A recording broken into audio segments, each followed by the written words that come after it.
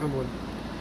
Hello friends, मैं आपको इतनी गहराई तक अगर वेल्डिंग करें और वेल्डिंग में अगर रोड छोटी पड़ जाए तो उस रोड को लंबी कैसे की जाए वो देखो आप।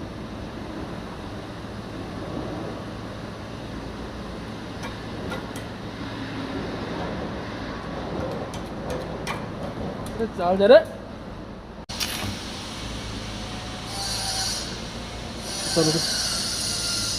यू रॉड को लंबी कर ले और फिर अंदर की गहराई तक